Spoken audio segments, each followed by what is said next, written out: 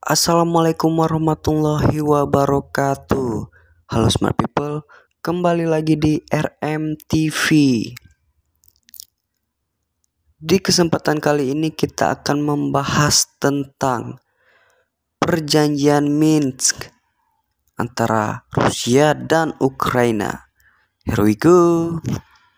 Perjanjian Minsk adalah upaya untuk mengamankan gencatan senjata antara pasukan pemerintah Ukraina dan separatis yang didukung Rusia di timur Ukraina.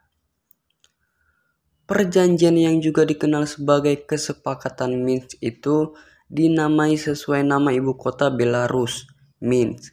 Tempat ditandatanganinya pada 2014 dan 2015 lalu. Kesepakatan yang ditandatangani pada 2014 disebut sebagai Perjanjian Minsk I dan yang 2015 adalah Perjanjian Minsk II. Perjanjian Minsk I dan II juga menyusun tata cara pemilu di wilayah pendudukan Luhansk dan Donetsk, serta rencana mengintegrasikan dua wilayah itu ke Ukraina. Namun, dikutip dari Sky News pada Senin 14 Februari 2022, interpretasi perjanjian oleh Kiev dan Moskwa pada dasarnya berbeda. Pemerintah Ukraina memandang perjanjian Minsk sebagai sarana untuk menyatukan kembali Ukraina dan sepenuhnya memulihkan kedaulatan Ukraina meskipun dengan kekuasaan tertentu yang diberikan kepada Luhansk dan Donetsk. Sebaliknya, Rusia meyakini bahwa perjanjian Minsk memberikan status khusus kepada Luhansk dan Donetsk sebelum dipersatukan kembali dengan Ukraina. Itu akan memastikan Rusia mempertahankan pengaruhnya atas negara itu dan Ukraina tidak akan pernah bisa benar-benar berdaulat. Ada 13 poin terbaru dari perjanjian Minsk II yang ditandatangani pada 2015. Sebanyak 9 dari 13 poin tersebut mencakup manajemen konflik aktual di wilayah pendudukan seperti gencatan senjata, penarikan senjata berat, amnesti bagi yang terlibat dalam pertempuran, pertukaran sandera dan tahanan, serta penarikan semua formasi bersenjata asing, peralatan militer, juga tentara bayaran dari Ukraina. Poin itu akan mencakup apa yang dikatakan pejabat Ukraina sebagai personil militer swasta dan reguler Rusia. Gencatan senjata sudah ada tetapi dilanggar hampir setiap hari, dengan tembakan dari pihak separatis ke arah pasukan Ukraina yang berbasis di sepanjang garis kontak yang memisahkan kedua belah pihak.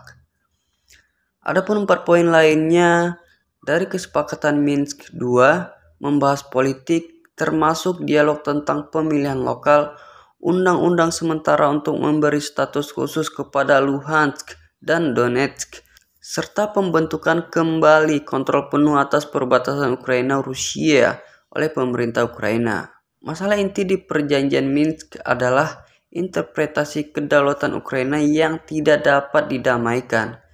Menurut Duncan Allen, mantan diplomat Inggris dan rekan sejawat di Rusia dan Eurasia Programi Chatham House, Ukraina percaya negara mereka sepenuhnya berdaulat, tetapi Rusia ingin kedaulatan tersebut dibatasi dengan menggunakan pengaruhnya atas dua wilayah yang saat ini diduduki untuk mempengaruhi pengambilan keputusan Ukraina yang lebih luas melalui status khusus yang akan mereka berikan.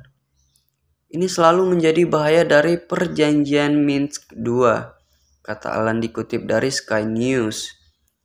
Itu berlanjut di status khusus. Rusia menuntut otoritas Ukraina memberikan otonomi atau status sosial yang sangat jauh ke Donbas, wilayah yang diduduki. Kemudian akan secara resmi dimasukkan kembali ke Ukraina secara konstitusional.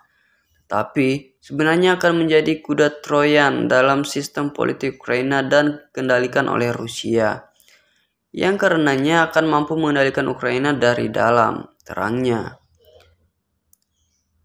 Prancis dan Jerman memainkan peran kunci dalam menengahi perjanjian Minsk dengan Rusia dan Ukraina melalui pengelompokan yang disebut format Normandia atau Normandy Format.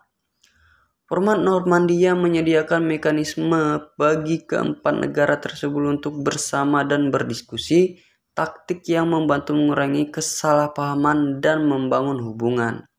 Namun, setelah hampir 8 tahun mencoba baik di perjanjian Minsk maupun format Normandia, belum juga ada kemajuan yang signifikan. Oke, smart people, tadi merupakan sedikit pembahasan tentang perjanjian Minsk antara Rusia dan Ukraina. Semoga bermanfaat. Assalamualaikum warahmatullahi wabarakatuh.